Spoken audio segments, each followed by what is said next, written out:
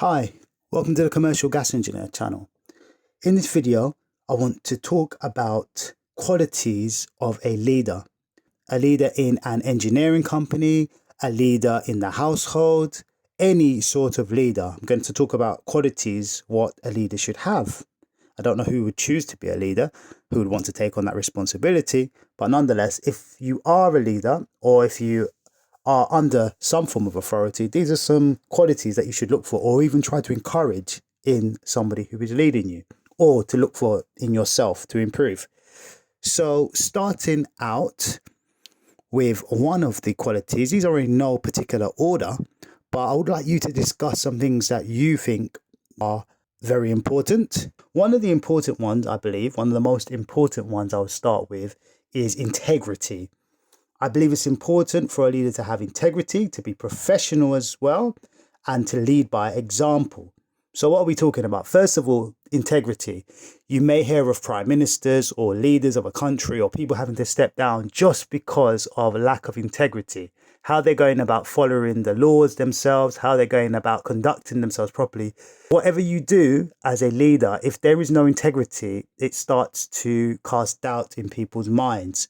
So that is a very important part. You have to make sure that you clear out your closet. Of course, every leader, every person, anybody's always going to have something that if you dig deep enough, you will be able to find problems with. You'll be able to find errors with. You'll be able to find something in someone's closet to probably even bring them to court for, to bring them to prison for. Maybe they've broken the speed limit. Maybe they have thrown rubbish on the floor. Maybe they've done something in their past that can get them into trouble. But hopefully it's not something that is so bad that it warrants a heavy court sentence. But nonetheless, everybody has done something bad. Still, you are looking for in a leader for them to have something. You want to be able to trust your leader. You want to say to yourself, I can trust this person.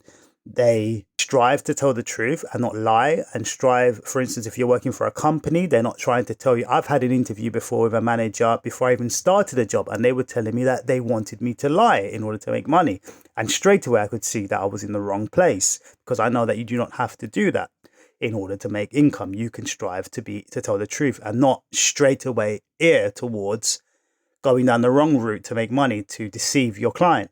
So yes, you want somebody who tells the truth, because you know if they're lying to others, they will not hesitate to lie to you. So truth is important in a leader, because otherwise they have to run behind themselves to cover their tracks for where they've been telling so many lies. They should own their errors. Some leaders are only where they are, unfortunately, because they throw everybody else under the bus when there's an error. As a leader, you should be able to put your hand up and say, yes, I did something wrong here. I made an error. Moving forward, I'm going to try and do this. But a leader shouldn't just use their leadership and their position to take advantage of that to say, I am infallible. I do not have to put my hand up to any subordinates and say, I am not wrong. You are all wrong.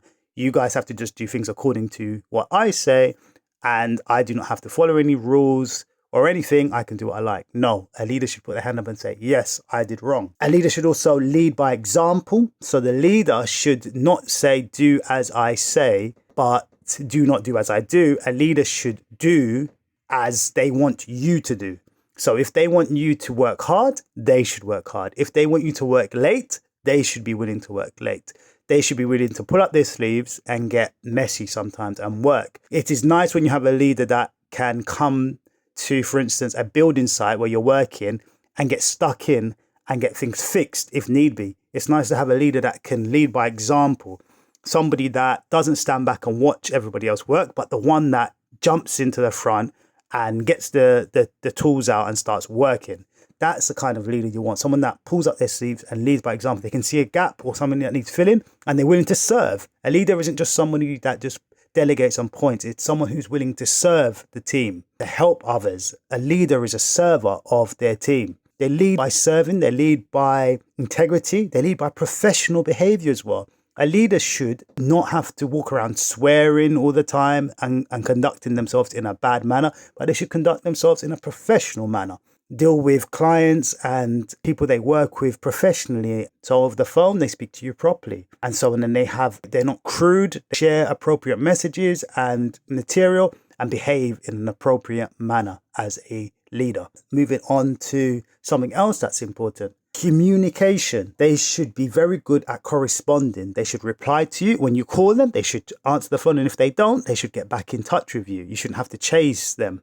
They should contact you as well. They should be a good listener. It's important that a leader listens and see what the team need. They should listen more than they speak. They should be quick to listen and slow to speak. They should be the type of person that listens to all what's being said by the team and then make a decision accordingly. They should sift information from the team and then make the right decision accordingly.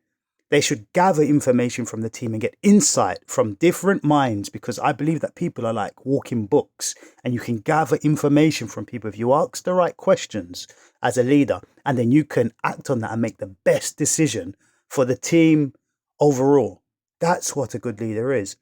They should be able to see potential in their team and choose people to be in certain positions based upon what skills they have, and not just because they're their best friend or they like them or what they're going to benefit from making that person rise up, but they should choose people to do certain things and put them in certain roles according to their skills, knowing that this person can get the job done. They shouldn't be the type of person that acts unprofessionally, like the first point I make, and communicate badly. So basically shouting down the phone, that is unprofessional and that is bad communication skills. A manager should be able to discipline you or what they believe in a situation without screaming down the phone or behaving in an unprofessional manner. They should be able to tell you what they need to without screaming down the phone or shouting at you. They should be able to control themselves.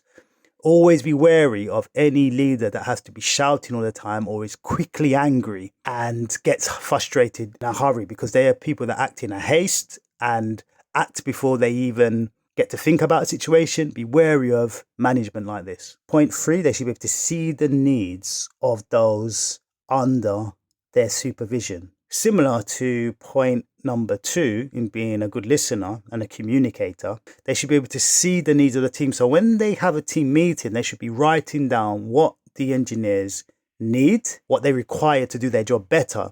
They should be willing to go out of their way to find out what their team needs to do their job better. Do you need more tools? Do you need more support? What do you need to be more productive for the team? What can I give you as an engineer? Do you need more training? What do you need in order for me to make you better at your job and bring in more revenue for the company? What can I give you? Because some leaders will come and just say, I need you to do A, B, C, D, E, F, G. Every day they'll come with a list of new things that they need you to do, which has been filtered down from above to say, I want you to do this, this, this, and that. But they're not giving you any tools or resources or training in order to meet those tasks that they've given you. So a team leader should say, what do you need as well to be better at your job? What are you lacking? Sometimes they shouldn't even have to ask you. They should know.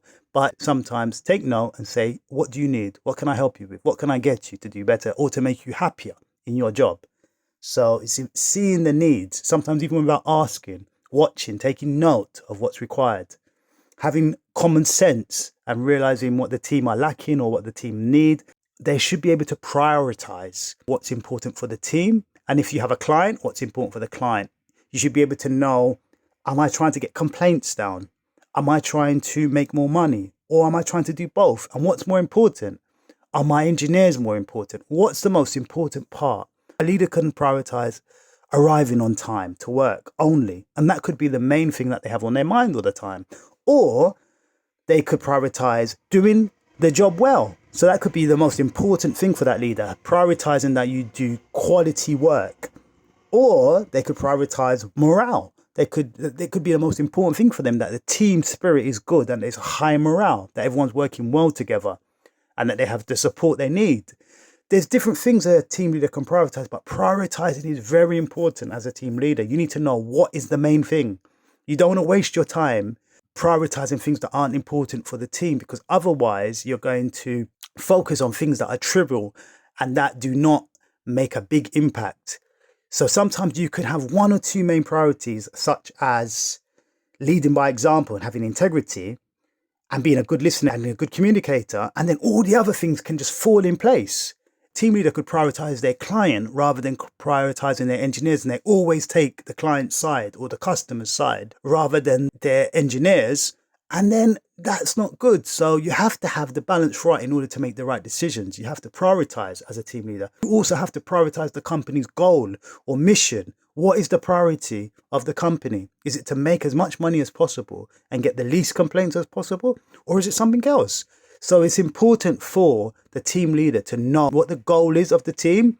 What's the main message I want to get across? Because too much information can confuse your team members. So prioritize the most important message to them. Point number 5, knowing how to encourage and challenge. So the two work together. You can encourage people and say, yes, you can, or yes, we can, because as a team, so you can talk to the team as we need to move better, or you need to improve. You need to do this. You need to make more money for the team. Or you can say, we need to. So one who encourages the team and doesn't blame, because some managers can play blame games. Anytime something happens, it's like, right, someone needs to be blamed for this. There needs to be a scapegoat. I'm not taking the blame for this. I need someone to be disciplined and blamed. Or you can be a team member, a team leader that encourages people. So you can encourage, but you have to also challenge people sometimes, but you have to know how to challenge your team. You have to know how to challenge an individual. Are you going to send out an email that names and shames and discourages an individual for a trivial situation? Or are you going to send out an email that encourages everybody and then deal with somebody on an individual basis? And then when that individual still isn't listening to you, then sort of send a message out to the whole team. But there's different ways. Some managers will send out a message and it's for one person, but they will send it to the whole team. Some managers will call up an individual first and talk to them on the phone and say, why are you arriving late? Or why did you not put a dust sheet down? And so on, before they have a big meeting and a big hoo-ha about it. So they prioritize how they're going to discipline someone differently. So there's different ways of disciplining people, and you have to get the level correct for the type of discipline, because you don't want to give somebody the highest disciplining, the highest punishment for the most trivial action or inaction or the most silly offense that they've done towards a company. You're going to give them the most harshest treatment. So you have to get the balance right with disciplining and then encouraging. You have to also try and get a balance, because you can't just keep pulling people up on things that they do wrong only. You have to at the same time as well look for what they're doing correct, what the individual is doing correct. So you have to, the individual and the team, you have to say, yes, guys, we did this. Well done. Like, you did such and such, or I like the way you did this and that. Because if you just keep saying to a team, wrong, you need to do better with this, that every day, wrong, you need to do better. You make your team lose morale, you make the individual get disappointed and discouraged, and they believe that they're doing nothing correct. So you need to encourage your team that they're doing well. Even when there's things that you can sometimes say to your team, you're doing this and this and this and that well, but you could have done this a little bit different, or you could have done that different, or what do you think you could have done different? Rather than you telling them, you can let them identify how they could do better. So there's ways of encouraging and challenging your team. Point number 6, knowledge and continuously learning. I really appreciate when I have a person above me that knows more about the job that I am doing than I do. I like that. It's not always possible. Sometimes you'll have a manager above you who knows less than you. But when you have someone you can call them up and ask for technical support, you may need your manager to be there for that technical support or that mental support to help you deal with an argument, an issue, or you may be in front of a boiler that's not working and you need technical support. You need you want them to care about fixing the problem and give you critical information at that time from the manager to help you. And they may not even know about boilers, but they may be able to ask you the right questions to help you get to it and listen to you and to say, show me, what have you done? What have you done? What steps have you taken? Let's go through this step by step in sequence. What have you done? Okay, why did you do that? And then they may be able to help you get to the bottom of the problem. And also just them being there can help you stay calm. So they give you that technical support, and they need to have a balanced view. So when they have experience, they can help you in these situations because they know the area inside out and they can help. They may be even willing to give you the information you need or to come to the site and even help you if things are that bad, for them to get up and say, I'm going to come there, or send me pictures. I'm going to try and fix the problem with you. They care about fixing the problem, not just because there's going to be complaints, but they actually want to help you and support you. They've got job ownership. They've got experience and knowledge. So it's important that they also keep learning and that you can go to them and you have respect for them because they know the job that you're doing as well. Okay, you want a manager that can help keep order. You want there to be order and not chaos in a team or in situations. You want them to be somebody who, when there's chaos, just automatically they bring order. When there's in a room or there's an argument, you like them to be the type of person that brings about calm and brings about direction and order, what the next move is. So a manager or a leader needs to be someone that brings about structure. And what are we doing next? We need to know what we're doing next. On this job here, on this breakdown, on this loss of services to the client, what's the next stage? You need direction from a leader. You don't want there to be chaos. They're there to get rid of the chaos and bring order. So that's what a leader should bring. There should be order in situations. Everyone knows what they're doing. Everyone knows what their task is. Everyone knows what their job is and their role is, what they're supposed to be doing. They bring order. Another point now is being organized.